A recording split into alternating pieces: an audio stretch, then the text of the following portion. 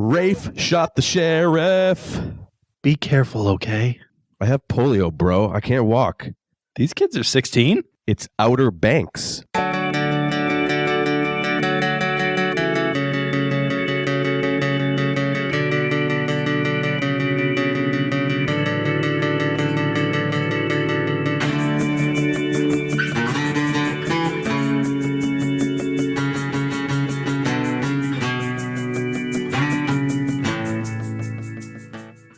Welcome to The Center Cut. I'm Dave. And I am Michael. And we are here today to talk about Outer Banks. Netflix, killing it. Hello, this is Dave. And Michael. From the future. Just wanted to step in here to let you know that our audio quality goes to shit towards the end of this episode. It's mostly mine. I'm sorry. We're assuming it's because we were talking about young teenage boys. And girls. And he just got really excited.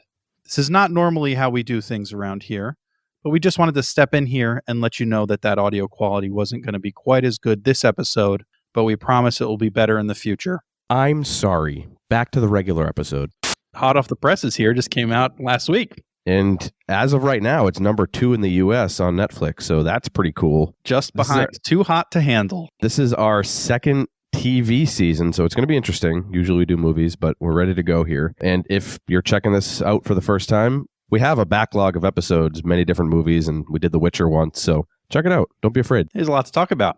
Many things happened. Yeah, so what we did is we watched the first episode and the last episode of Outer Banks, and we're going to recap a little bit the first episode, recap the end, and then we have a boatload of questions to get us through what happened in the middle. So many. You like the beach, Dave? Oh, God, I love the beach. Getting the sand all up in your groin area. So not me. I've been chubby most of my life, so the beach really isn't my jam. There are really only 3 reasons in my mind to go to the beach. Ice cream, seafood, and the arcade. I mean, the water's cool too, but sand, seagulls, and people? Nope, rather die. Now, if I looked as chiseled as these walking Abercrombie mannequins, I'd probably be flaunting that shit like it was my job too, so I get it. See, I'm a Frisbee boy, so any opportunity I get to play Frisbee, and a lot of Frisbeeing happens at the beach. It's a fair point. That is a fair point. Mm-hmm. Now, I guess before we dive in, Dave, what did you think about this? So I didn't mind this show for being an action mystery adventure teen drama. It wasn't too bad.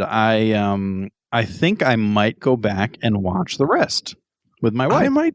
I might too. I wanted so bad to hate it. Like I went in thinking that this is going to be horrible, but it really wasn't bad. It really wasn't bad for what it is. I'm kind of mad at myself for not hating it. Yeah. Plus, I got a Rotten Tomato score of 69. So what are you going to do? Nice. Yeah. So if we haven't mentioned it already, this show came out on April 15th. And it stars a number of people. The 4 that I figured we should focus on are the Pogues, and we'll get into that later. And we have Chase Stokes playing John B., Madison Bailey playing Kiara or Key. We have Jonathan Davis playing Pope. Did you notice that there's 2 S's at the end of Davis? I did. That's craziness. And we have Rudy Pankow playing JJ. Yeah, mostly unknowns. I mean, they've done some smaller things here and there, but a pretty under the radar cast. Yeah, but loads of characters to talk about, loads of plot to talk about, and tons of questions to talk about. So why don't you take us in, Mike? Dive her down. First episode titled Pilot, and there's a lot to unpack from the jump. So essentially, there are 2 crews. The Pogues, who we follow, lovable, PBR drinking, salt of the earth, getting shit done, common folk. And then there's the Kooks, rich, shit-eating douchebags. My people. It's your typical Capulet and Montague trope, minus the teen suicide and Shakespearean verbosity. We don't know that. That's true. We don't know that. None of the people we see commit suicide. Truth. Now, Pogues is short for Pogies, also known as silver menhaden fish, which are basically just like the trash fish used for bait, but they're super important to the ecosystem. And Kooks is a band from the late 2000s. No, that's a surfer term for basically like a pink hat, someone who has a fancy surfboard, expensive shorts, but they don't actually surf. They're just a wannabe. It's like when you see a college kid wearing sweatpants and Timberlands. Like, get your work boots out of here. You're just going to go smoke a joint and play with yourself to an Ariana Grande music video. You mean you don't like a perfectly clean, fresh pair of Timbs? Anyway, we get the lay of the land while Left Hand Free by Alt J plays. Now, our crew consists of John B., JJ, Pope, and Kiera. John B.'s dad disappeared at sea 9 months ago, and now he lives in his uncle's house, unsupervised and free to succumb to debauchery with his hood rat friends. Hold on, I think it's just his dad's house. So it's his dad's house, but his uncle was staying with him to keep an eye on him, kind of thing. I thought. Okay. Maybe I'm wrong. No, that's fair. It's wild that this 27-year-old man is playing a 17-year-old. Is he 27 years old? 27 years old. I knew he was definitely older than 16, obviously, because almost always in TV shows and movies, things like that, they are. But I didn't realize it was that wide of a margin. Dude probably takes men's one-a-day vitamins and went to 4 friends' weddings last year. And I'm supposed to believe he hasn't graduated high school yet? Yeah. Hard pass. No thanks. I just don't get why shows do this. Like, okay, like I get that you don't want adults watching actual 16-year-olds and finding them attractive and like that. I can understand that. But then why, if you're going to have this cast of people that are obviously attractive, why make them in high school? Would it be that much of a stretch or that much of a plot change to just make them like 19-year-olds or 20-year-olds or like they're in college or just out of high school? Or like, yeah, they just graduated high school and they're getting ready to go to college. It's like the summer in between or something like that. An adult. Right. Aside from just having John B. have to worry about getting adult supervision and Pope with a scholarship, like aside from those 2 plot points, I don't see why these couldn't just be, adults rather than teenagers. Yeah, it's definitely an odd mechanic. I don't know if they're just going for a younger crowd in terms of viewers, but I agree. It didn't feel like it was really all that important that they were in high school. Yeah. Anyway, Hurricane Agatha hits the coast, so John B. gets to dodge the foster care DCS visit for the time being. Now, the crew reassembles and they stumble upon a sunken ship, finding a motel key. Scooter is dead. Scooter is a man's name. Now, we meet Ward Cameron and his daughter Sarah, who is trying to save mice by beating birds with a tennis racket. Science. Yep. The Pogues hit up in the motel, and we learn our first rule.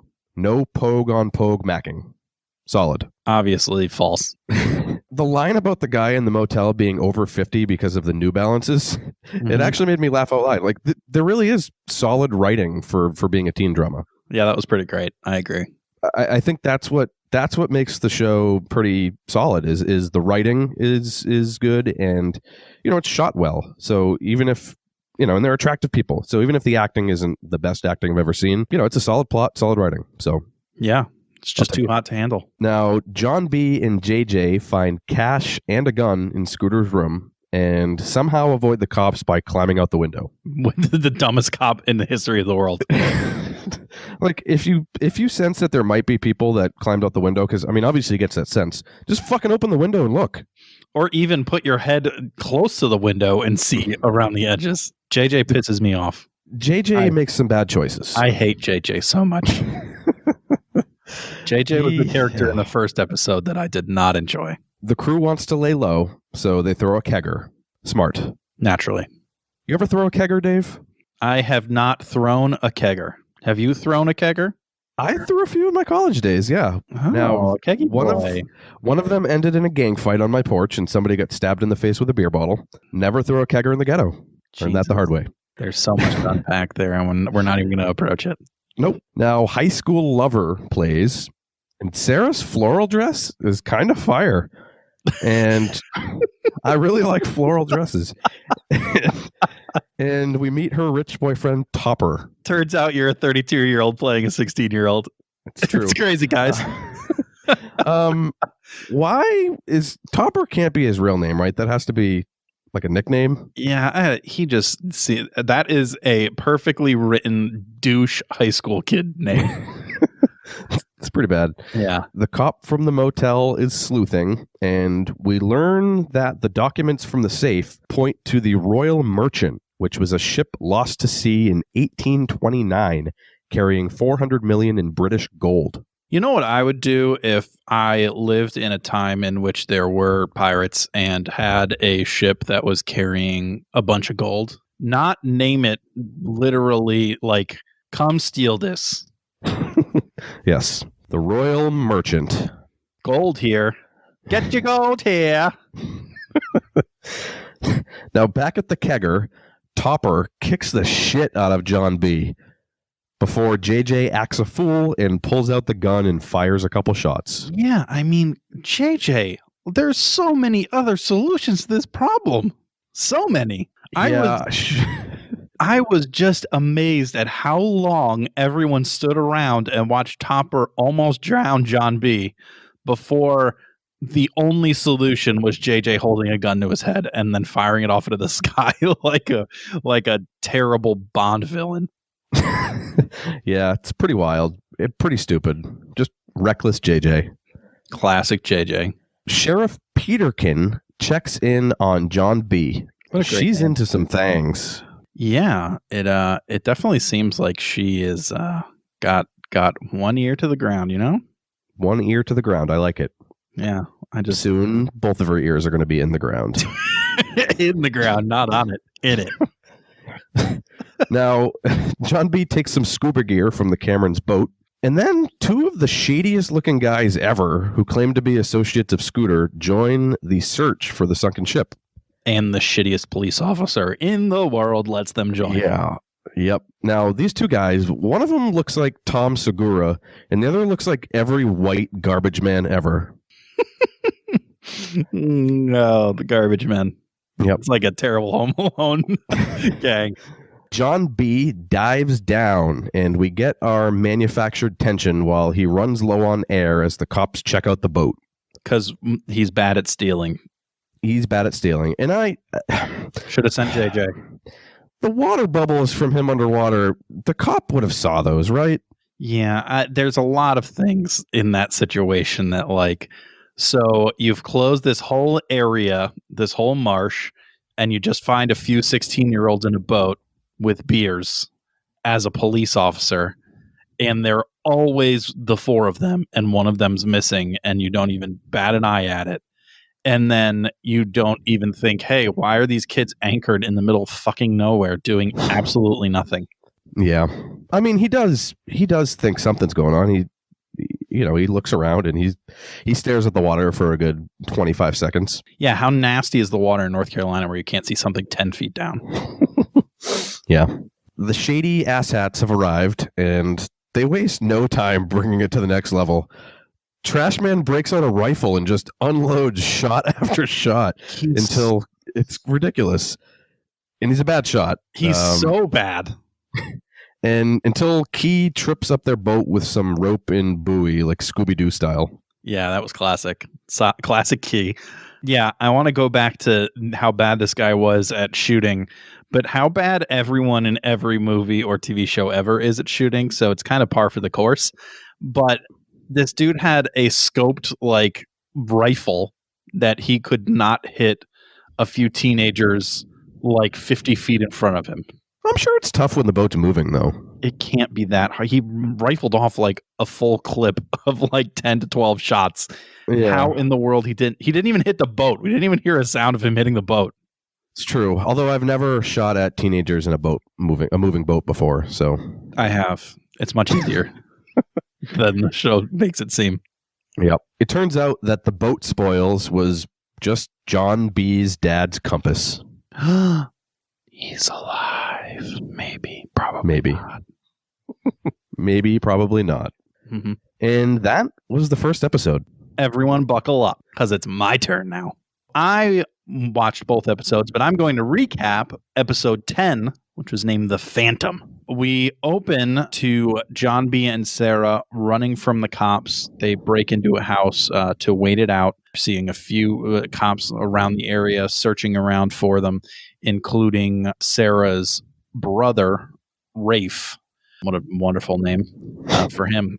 And they are hiding out there. We find out that they're trying to escape from the police so that they can try and make their way down to Mexico on a boat that JJ's father owns called the Phantom. The next morning, we see the rest of the crew, without John B., obviously, the Pogues. Pope heads to get gas and has an altercation with Key. It seems like there's definitely some tension going on there. I laughed out loud when Pope revved the bike repeatedly at Kiera. It's such a boss move. Yeah, it was pretty classic Pope. So I talk like I've seen more than 2 episodes of this show. Now, is this the part where did we already get the title card? The title card looks like something a film student in 1994 would use. It doesn't fit with the show at all. Yeah, it's like a whole separate scene. It just kind of hits and then it's gone. Shortly after that, we see a helicopter that is arriving carrying an SBI agent, which is the North Carolina State Bureau of Investigation. He gives his condolences for Sheriff Peterkin, so she's dead, as we foreshadowed, and explains that he's here to help catch the homicidal individual who's running rampant on the Outer Banks. We then see Rose and Sarah's dad, Ward, discussing their next move. They keep on talking about how if John B. gets caught, he's going to tell them everything and how there's too many loose ends to tie up. So definitely seems like Ward had some shady shit going on and John B. might have stumbled upon it. Did this guy just get a tracheotomy? Like, why is he whisper yelling the whole time? Yeah, it's real weird. It's Don't wake Daddy.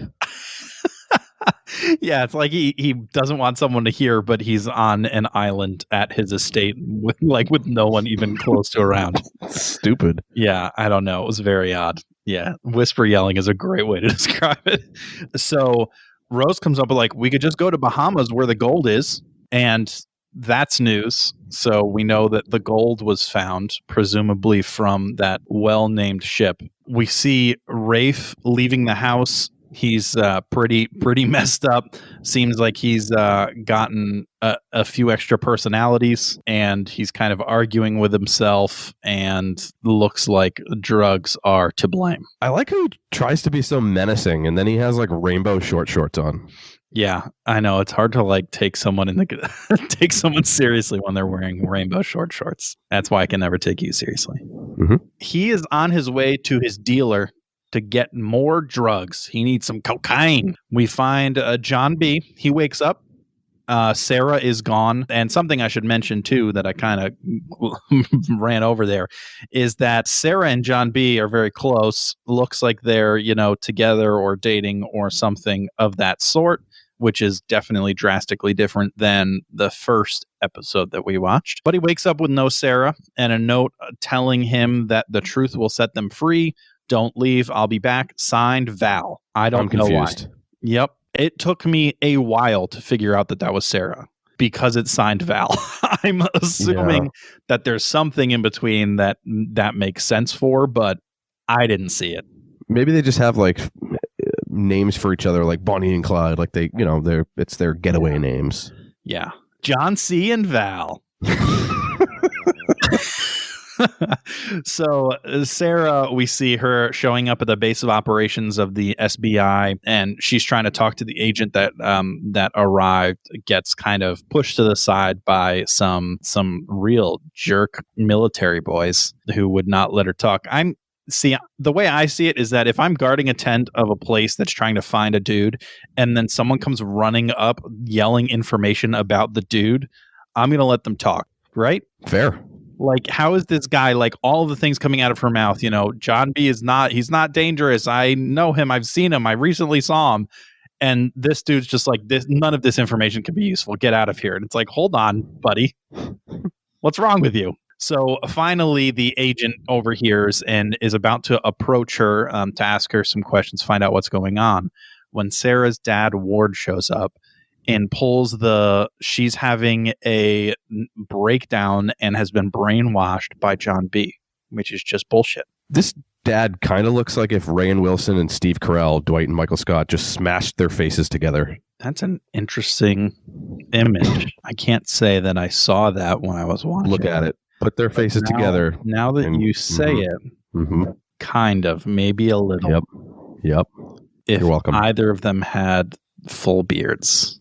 So he kind of convinces the agent that she's just crazy. and that none of the words coming out of her mouth are true because she's screaming that her brother is in fact the one who killed Sheriff Peterkin, and her dad has done some shady shit and is hiding it all, brushing it under the rug. A lot going on. Mm-hmm. We cut back. She escapes by kneeing that douche military boy in the nards, which made me happy because I didn't like that guy. I wanted to hate on it, but Anita the Crotch can take any man down. Yeah, I mean, it's surprising that like all of the people there and she kneed him in the crotch and got so far away that they couldn't catch her. But yeah, I mean, agreed. Good talk. So Rafe arrives at his drug dealer's house, wants all the cocaine, and his drug dealer's like, man, a storm's coming. I got nothing. Everyone's cleaned me out. I just did the last line. You're shit out of luck. And Rafe just starts to cry like a little baby bitch. And then the drug dealer is like, dude, I guarantee you haven't done as terrible shit as I have. And you know what I'm not doing? Not crying. He does this whole like cry. It's real great. And then he says, I want my money, and John B has my money. And the way I see it is that if the cops catch him, they're going to know and he's going to snitch. And I don't want no snitch around here. So we got to find John B before the cops do. I'm glad that you used his accent. He's either Cajun or a 90s Adam Sandler aficionado. Yeah, I don't know. And I wasn't even really trying to do an accent. It kind of just happened. I liked it. It was the only way I could say those lines is using that accent, apparently. Sarah returns to John B. Cops come. They've found them. They must have followed her. And they leave out the back on some paddle boards and are just paddling down the river, ocean, sound, whatever it is behind this house. Why in the world would people searching an area that is primarily water not see two people just paddling paddle boards in the sound? That also seemed a little far-fetched to me. It's a little far-fetched, but it's like young adult all drama. This dude had to do was look out the window, and he's like, oh, there they are. Found them. Got them. And you know who's not getting away on a paddleboard? Anyone. They escape via paddleboard. We do find out that a storm is coming. It's getting pretty nasty out. Dun, dun, dun. Dun, dun, dun, indeed. Pope returns home to get gas for the boat for John B to escape in, and his dad stops him, and they have like a cry fight where they're both crying and punching each other, and then Pope leaves with the gas. You're not getting past me. One punch is okay. You're gonna have to do better than that, son. So as that's happening, JJ and Key are packing some food at her parents' restaurant. And as they're leaving, Key's mom is out there, tries to stop her, and she just says, sorry, I got to go help John B, and leaves. Is the moral of the show just to not listen to your parents? Just fuck your parents. Fuck all the parents. So if your parents are alive, be jerks to them. If your parents are dead, great. If your parents are alive and nice to you, still be jerks to them, and don't talk to them ever, and don't pay any attention to them at all. Did you see Kiara's mom's boots? Yeah, I did. What are those? Man, your excitement over them was really surprising.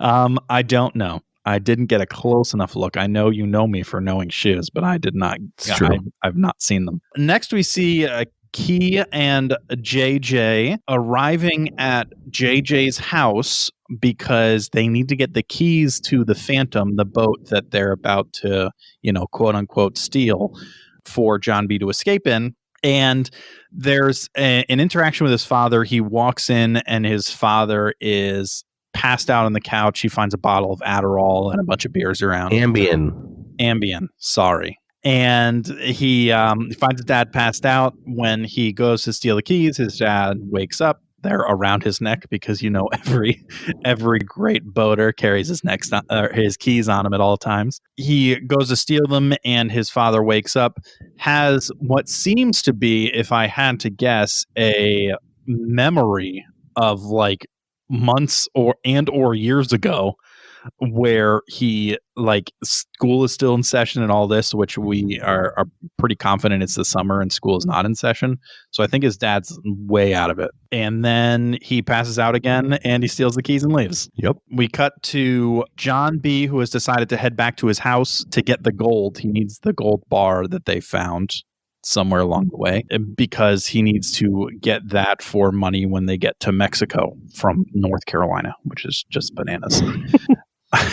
So as he heads back, finds that the sheriff is rummaging through all his stuff at the house, had the gold bagged and tagged, and threw it into his truck's glove box. John B gets into the truck and steals the truck. We see JJ and Key, who are arriving at the boat to the Phantom to pack it up and bring it down to the dock. And in behind them comes Rafe and his drug dealer friend. Drug dealer pulls a gun. Rafe grabs Key by the neck. Pope, don't play that way, comes in and just destroys him so hard with a tire iron and then just beats the shit out of him forever. And it gives JJ and Key the opportunity that they need to take down the drug dealer. Both of them get their shit kicked out of them, and JJ, Pope, and Key all leave with the boat. They talk a lot about the boat. I looked it up. There's one of this exact boat on sale right now at boatnation.com for $25,000. $25,000, huh? Mm-hmm. I mean, it did make the first ever run to Bermuda in 16 hours. Yep.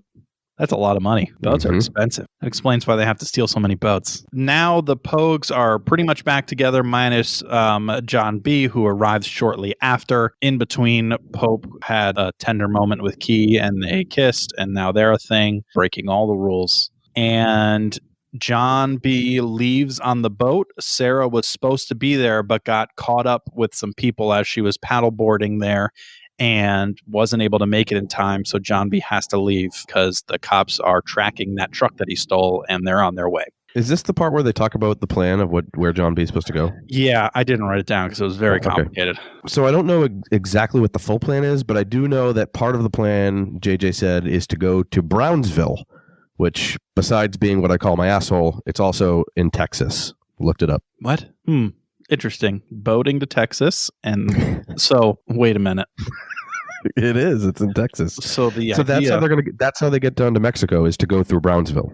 So the idea is to go down all the way around Florida and then up to Texas before you go to Mexico. That is correct, sir. Wow, that's quite a trip. Good thing they have a boat that did the first ever run to Bermuda in 16 hours. You got it. As he is heading out to sea, we see Sarah. She made it to a different dock somehow miraculously at the exact time that she needed to be exactly where she was. And he picks her up and they leave together. Shortly after, Key, JJ, and Pope get picked up by the police and brought to the big headquarters place. And the only way for Sarah and John B to ride off to Texas is to drive through the kind of the inlet that goes right by this central hub of where all of the cops and agents are. Luckily, the power's still out, so everything's dark. So what they do is they just cut the engine, cut all the electronics, come in completely dark, and they're just going to let the tide carry them out to sea. Once they think they're pretty much home free, they're just about to start up the engine again and get moving, and the power comes back on. All this time, the storm out to sea is continuing to rage and getting crazy. But the power comes back on, the lighthouse turns on and shines directly on them, and they can see them clear as day. Everyone can see them there. And a chase ensues. The 40-year-old boat has trouble starting, but then gets started up. Maybe this Cory Booker-looking SBI guy would have seen them sooner if he wasn't looking through a damn Viewmaster. Well, that's what it looks like when you look through thermal imaging cameras. Haven't you ever used a thermal imaging camera? Gross. You're so uncultured. So they get into a high-speed boat chase, and John B decides, you know what? The only way we're going to escape is if we go out to sea towards the storm, south towards the storm, which I don't know what direction they were planning on going. Were they just going to go out further into the ocean, north? That would be the wrong direction. That seems like the only choice is to go south anyways. But they decide to go south right into the storm to try and shake their police tail that is catching up quickly. The storm gets just absolutely bananas, and the policemen basically can't follow them into that. Their last-ditch effort is to have Ward try and communicate to the boat saying, if you truly love my daughter, bring her back because you guys are going to die in that storm. He just basically says, you're the worst. You did all this. You pinned this on me. Your son killed this person and you killed my dad and you're the absolute worst. I'm coming back for you. You can be sure I'm coming back. Season 2, baby. Season 2. And then their boat gets flipped over and everyone thinks they're dead. Tisk tisk. I've watched my wife watch enough Below Deck to know that this boat needs a bosun. What the fuck are you talking about? Needs a bosun. They'd be alive right now. What's a bosun? It's some dude who does stuff on a boat. I don't actually know what they do. Okay, good. I'm glad I pushed you on it because you don't know shit. So their boat gets flipped over in the ocean. Everyone thinks they're dead. Very sad moments, tender moments. And we then see the sun. It's the next morning or however long it was. And there is a flipped over boat and John B. and Sarah both awake on the boat, alive. Somehow this never would have happened. Nope. And they both wake up at the same time too. Yeah. So it's like we were both serendipitous. passed out and now we're awake. Perfect. So then they see, ironically, a boat happens to be going by just at the right moment when they both woke up. And they're able to use the gold bar, which, how do they still have that? Was it in his pocket? Yep. I guess. They use the gold bar to reflect the sun at the ship to signal them that they're there. They see them. They come over and pick them up. And John B's the captain now. Just kidding. So the captain of the ship, asks them what the hell they're doing and then figures out, it's just, I was young once and true love and so cute. They're headed to the Bahamas, which is exactly where the gold is. End show. And that was Outer Banks. It really wasn't a bad show. I feel like it was. Have you ever played the game Uncharted, Dave? Yep. It's like the teen drama TV show version of Uncharted. Yep. Or the teen heartthrob drama version of, Muppet Treasure Island. National Treasure. National Treasure. And you're right. I'm with you. I wanted to hate it. And it wasn't bad. Can't do it. Yeah, there are just two quick things I want to note is that I hate Sarah and I also hate JJ. I hate Sarah. I don't like JJ, but I can see his charm. Because you did a lot of dumb shit when you were a kid. I've never even hosted a kegger that turned into a gang war. It's true. I'm basically a 15-year-old girl. You're not a man until you've had a kegger with a gang war started. We got a shit ton more questions on Reddit. All of our questions are from Reddit this episode. So we have a lot to dive into here. Let's just There's 23 wailing away on them. There is a lot of questions. Now, the first question is probably the most important question. It is from Reddit user Refrog, which I imagine is tree frog minus the T. Mm-hmm. What happened to John B's father? Death. So after episode 1, I didn't think he was actually dead. I know. I had a lot of hopes that he was alive. Yeah, but the finale almost guarantees that he is actually dead. I mean, we don't know for sure. We don't, because there could have been something in the middle that we didn't see. Yeah, we haven't seen the dental records, but John B says, Ward, you killed my father. Kind of feels like that's pretty open and close. It's true, but I guess aside from him actually seeing the body, there's still a small chance that season 2 we could start following John B's dad, and you never know. See, I feel like if they were going to do that, they would have done it at the end of this. That's true. Just show a clip of him at the end. If you were going to just poke that in there, it would have been the time to do it in the season 1 finale. Good point. It's like he's the captain of the boat. That would have been insane.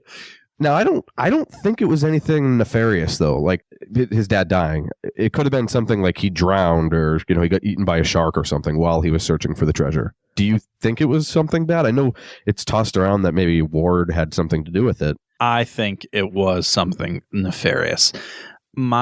Here's my thought. I bet what happened was Ward and John B's dad were working together to try and find the treasure. And then they found it, and Ward killed John B's father so that he didn't have to share the loot. Classic cutting out partners deal. Okay. How does Scooter factor into that? And those other shady guys? Was an idiot on a boat No, I mean, they were probably, I would assume they were all working together. Maybe they were all part of the same kind of crew, but I think it was probably led by John B's dad and Ward, or maybe led by Ward and John B's dad decided, you know what, I don't think we should just take this gold for ourselves. We should, let people know that we found this, and we'll get still a decent amount of money for finding it, finder's fee and everything. But this should be part of history and part of museums, things like that. Maybe he had a change of heart, and Ward was not down with that. How so? I have an active imagination. So we assume, or at least it sounds like we get confirmation that the gold was found. How does Ward not have the gold then? If he was actually involved with the finding of the gold, I think he probably sent the gold to the Bahamas because he wants to figure out a way in which he can keep it all for himself. Which, if he lets anyone know he found it, he's not going to be able to. I guess I can get behind that. Perfect. But fact of the matter is, John B's dad is dead, and Ward definitely had something very serious to do with it. Okay, I can get behind that. Cool. Question solved. So next we had a question from Luke Shields. No, it's Luke _Shields _. I Don't missed the second underscore. sully this person's name. Okay, I'm sorry. Luke _Shields _. Who does Kiara or Key reject? Trick question. I think it's Pope. Well, really, I think she rejects everyone. I think she rejects John. She rejects JJ, Pope, and Sarah. I agree. All of the above. Right? Like, but I do. Yes, we see her kiss Pope at the end, but I think prior to that, they were butting heads. I see what I think is that they were starting to get close, and then Pope wanted to kind of take it to the next level. And when he tried to do that, he got rejected by her because she was following the Pogues don't Mac Pogues line of questioning. And then he got pissed off about it. And that's why they're kind of fighting in the beginning of the last episode. Okay. But she rejects everyone. Everyone. Nailed it. Got it. Next question is from Joey29 YouTube. Don't sully his name. It's Joey29 YouTube. Fair enough. What is JJ's relationship with his parents like? Bad. Nailed it. Next question. So I think his mom died while giving birth to JJ, and now douche dad resents him for it and copes by drinking, drugging, and wearing boots on the couch. Yeah, because of what mother would allow her son to be named JJ? I'm just kidding. It's a fine name. I don't like JJ, remember? It's true. See, I got a different feel. I kind of feel like he butt heads with his dad and doesn't like his dad because his dad assaulted his mother. To death? He grew up around that. Maybe to death. I don't know. Or maybe she was just at the grocery store the one time that we saw the two of them. But it's easy to say that the relationship is not a good one. Not good. I mean, JJ is always getting into trouble, and no, loving and perfect family would have a son turn out as crazy as JJ has. Fair point. Those are all the hard questions. Yes. Now, there was 2 users who went ham on the questions, and we appreciate it. We do. But they have a lot of questions. There are a lot of questions for these next 2. So we decided to do something a little bit different. Instead of answering every question thoroughly, that'd be lame. As thoroughly as we did those last 3. Well, we decided that it would be fun if we were only allowed to answer all of these next questions with only 3 words each. Yeah. Rapid fire, baby. Knocking them out. All right. So this first set of questions, 10 of them, from Princess Wiffleball. What a great name. Now, she did actually give 11, but the first question had what happened to John B's father was already asked chronologically by Refrog, so we skipped that one. True. And truth be told, the last person who also submitted questions to us had it in there as well. It was the big hot button question, so we didn't want to repeat ourselves here on you. Fair. So, Michael, where was the gold? Inside motel mattresses. Sarah's dad's boat. Who killed the sheriff? Rafe did. Duh. Rafe, 'cause drugs. Does Pope get the scholarship? Chose friends instead. Nope, he's dumb. How did Sarah join this group? Fucked herself in. Look at John. Oh, this was such a great idea. I love it. What is Redfield? John's dad's boat. Secret treasure hunters. Hmm. Ooh, yeah. Feisty. Why did the group take money from the drug dealer? Offered low interest. Another boat, duh. What did Pope do to upset the kooks? He was black.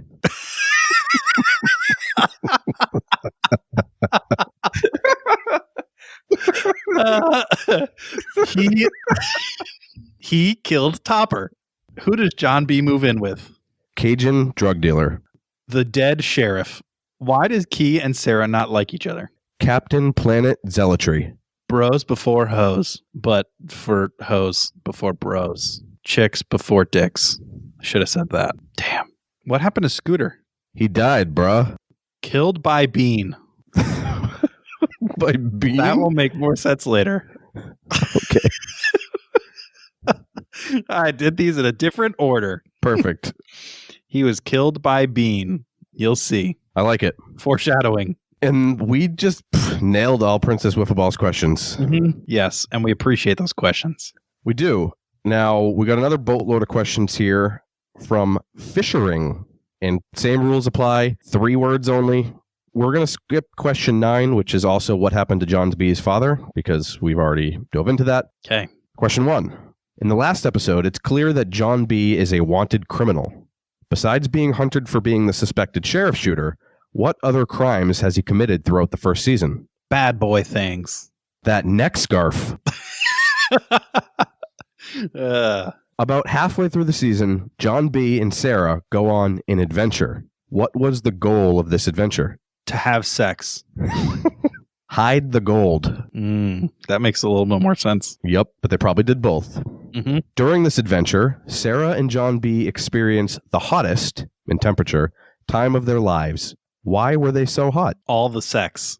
Forgot sunscreen. Sunscreen, is that 2 words? Yeah. Really? Yep. Okay, I'll give it to you. Rafe, Sarah's brother, got kicked out of his house. Why was he kicked out? Killing is bad. Rainbow short shorts.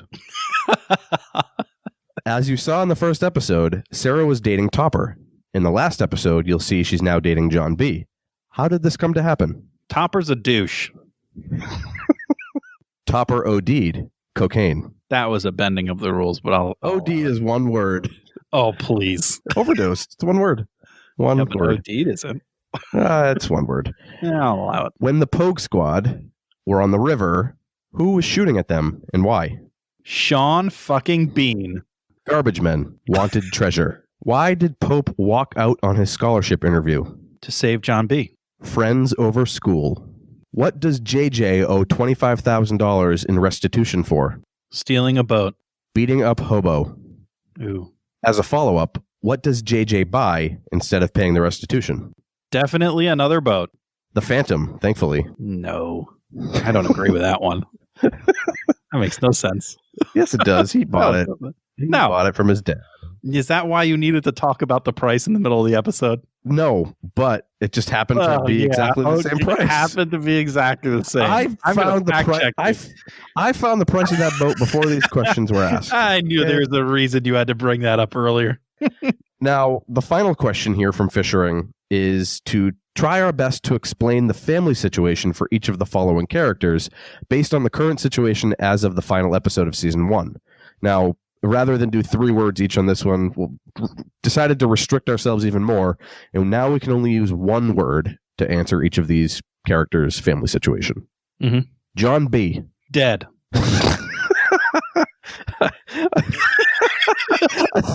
I thought we had to explain the character, not their family, but okay. It was explain the family situation. The family, Right. his situation is his dad's dead. All right. I got Solo, Gotcha. Kiara, Boots. Rebel, Pope, Confused. Tense, Sarah, Criminals. Trouble, and of course, JJ, Fucked. Douche Dad. 1 word, douche dad. 1 word, Douche Dad. Well, yep, that's all the questions, guys. And that's all the questions. Thank you Man, that all. was a lot of questions, and we love a lot of questions, but they helped us flesh out the middle, and we really do appreciate all of the assistance. I'm pretty sure we got all of those right. Nailed them all.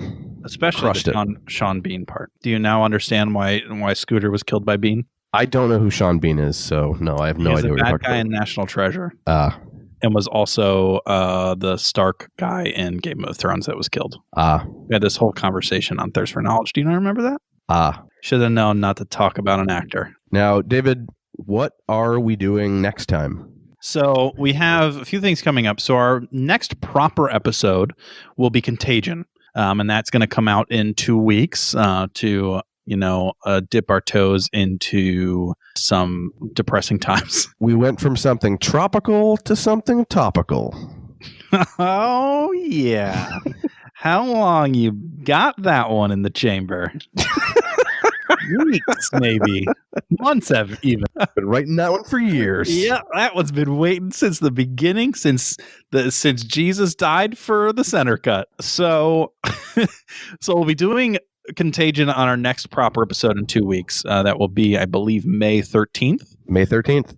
But before that, we have a bonus episode coming out. We did a collaboration with the gentleman from Thirst for Knowledge, and we did an episode where we watched the first 15 minutes and the last 15 minutes of Sex and the City. That will be coming out on May 7th. May 7th, and then the guys were with us. They watched the full thing, and they quiz us on it. Mm-hmm. And then same day, May 7th, you can hop over to their feed, Thirst for Knowledge, and they watched the first 15 and last 15 minutes of Brokeback Mountain, and we watched the full thing, and we quizzed them on that.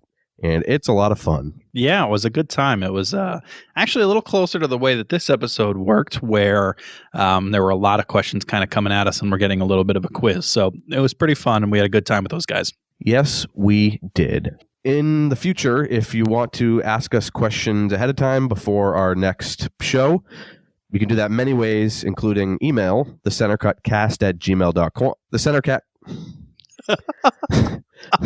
It's becoming apparent that Michael cannot record. You can catch us on email at thecentercutcast@gmail.com. Follow us on Twitter at thecentercut. Or hit us up on Facebook with the Center Cut Cast page. Try and post on there on a regular basis. A great place to submit questions and check out little teasers before episodes come out. Different cool stuff. And follow us on Instagram and YouTube, The Center Cut.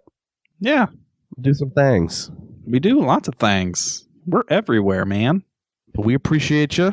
I've been everywhere, man. So that song that was in that commercial? I'm out. Like key between three dicks, it's always better in the center.